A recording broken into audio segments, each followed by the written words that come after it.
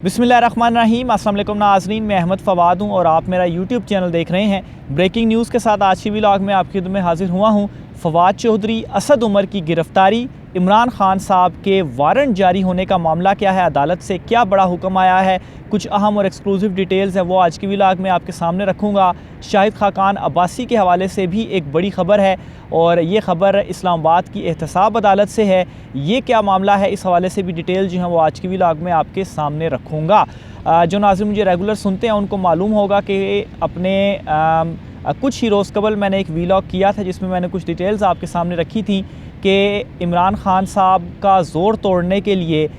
उनकी गिरफ़्तारी और फिर उसके बाद कुछ अहम रहनुमाओं की गिरफ़्तारी के हवाले से जो चीज़ें हैं वो इस वक्त चल रही हैं। तो बहरहाल आज बड़ी ख़बर ये है कि इलेक्शन कमीशन ऑफ पाकिस्तान की जानिब से तौहीन इलेक्शन कमीशन के केस में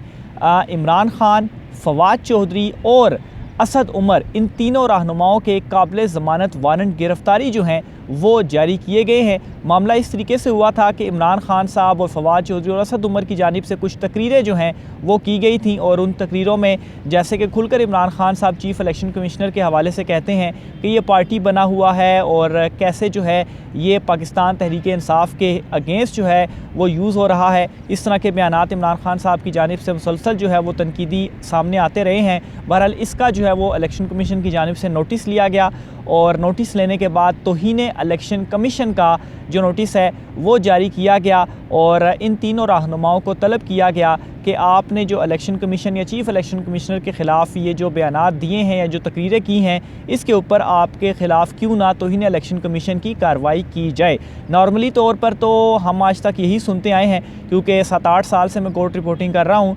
कि तौहीन अदालत का जो नोटिस है वो हुआ करता है और इस हवाले से काफ़ी सारे केसेस भी हम अटेंड करते रहते हैं। तो तौहीन अदालत तो आज तक हम सुनते आए हैं, लेकिन एटलीस्ट मैंने अपने 7-8 साल कैरियर में तौहीन इलेक्शन कमीशन जो है वो पहली मरतबा सुना और जब ये मामला सामने आया तो बहुत सारे जो कानूनी माहिरीन थे उन्होंने भी हैरानगी का इजहार किया कि तौहीन इलेक्शन कमीशन जो है ये क्या मामला, इस तरह से तो हर इदारा जो है वो अपनी तौहीन निकाल लेगा और मतलब FBR के चेयरमैन को अगर आपने कुछ कह लिया तो वो अगर नोटिस ले लें तौहीन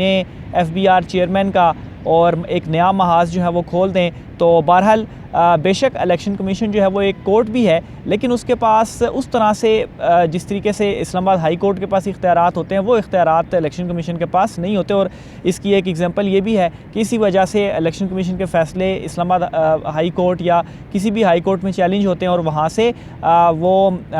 मुस्तरद भी होते हैं, यानी कि कलअदम भी होते हैं और एक्सेप्ट भी उनको किया जाता है। तो बहरहाल ये एक तो पहली मरतबा मैंने सुना कि तौहीन इलेक्शन कमीशन जो है वो हुई है। बहरहाल इसके ऊपर इलेक्शन कमीशन की जानिब से तीनों रहनुमाओं को बुलाया गया था। 1-2 गालिबन इसमें समातें हुई हैं लेकिन ये पेश नहीं हुए और जो रीज़न थी वो यही थी कि इमरान खान साहब तो इंजर्ड है, वो इस वजह से पेश नहीं हो सकते। इसी तरह से असद उमर और फ़वाद चौधरी के हवाले से भी हाज़िरी से इस्तिस्ना की जो दरख्वास्तें थी वो दायर की जा चुकी थी इलेक्शन कमीशन में ही,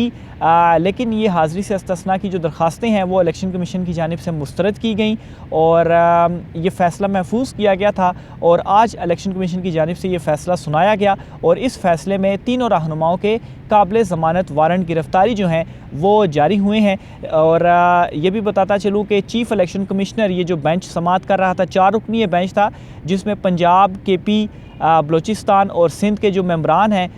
वो जो है वो इसकी समात कर रहे थे। चीफ़ इलेक्शन कमिश्नर ख़ुद इस केस की समात नहीं कर रहे थे। बहरहाल आज ये फ़ैसला जो है वो सुनाया गया। इसके अलावा नाज़रीन इसमें एक बड़ा टेक्निकल पॉइंट है वो भी मैं आपके सामने रखता हूँ। चूँकि ये काबिल ज़मानत वारंट गिरफ़्तारी जारी हुए हैं, क्योंकि इन वारंट के बाद अब ये कहा जा रहा है कि इमरान खान साहब की जो गिरफ़्तारी है वो शायद हो जाए, लेकिन ऐसा नहीं होगा, गिरफ़्तारी नहीं होगी। क्यों नहीं होगी ये भी डिटेल में आपके सामने रखता हूँ। एक तो ये जो वारंट जारी हुए हैं इमरान खान, फ़वाद चौधरी और असद उमर के, ये काबिल ज़मानत वारंट जारी हुए हैं और 50 लाख के मुचलकों के इवज़। तो इसका मतलब ये हुआ है कि अगर इमरान खान, फ़वाद चौधरी और असद उमर 50 लाख के मुचलके जमा करवा देते हैं तो चूँकि काबिल ज़मानत वारंट गिरफ़्तारी हैं तो फिर उनकी जो गिरफ़्तारी है वो नहीं होगी, या अगर पुलिस जो है वो तकमील के लिए जाती है इनके वारंट के हवाले से, तो वो 50,000 उसी टाइम पे करके और मचलके जो है वो दे देंगे, तो उस सूरत में इनकी जो गिरफ़्तारी है वो नहीं हो पाएगी। हाँ, इसको एज अ वार्निंग लिया जा सकता है कि आपके इस मरतबा तो हमने काबिल ज़मानत वारंट गिरफ़्तारी जारी कर दी है, अगर आप नेक्स्ट टाइम भी अदालत में पेश ना हुए, यानी कि इलेक्शन कमीशन में पेश ना हुए, तो फिर आपके हम जो है वो नाकाबिल ज़मानत वारंट गिरफ़्तारी जारी करेंगे, तो फिर उस सूरत में जो गिरफ़्तारी है वो होगी ही होगी। लेकिन इस हवाले से ज़ाहिर सी बात है, फिर चूँकि फ़ैसला चैलेंज हो सकता है, तो इस्लामाबाद हाई कोर्ट में भी पाकिस्तान तहरीक इंसाफ की जानिब से रुजू किया जा सकता है और इस फ़ैसले को भी वो यहाँ पर रुजू कर सकते हैं कि इलेक्शन कमीशन ऐसा कैसे कर सकता है या ये जो वारंट हैं वो मनसूख किए जाएँ। तो बहरहाल आज ये अहम अपडेट थी जो कि इलेक्शन कमीशन ऑफ पाकिस्तान से हुई है।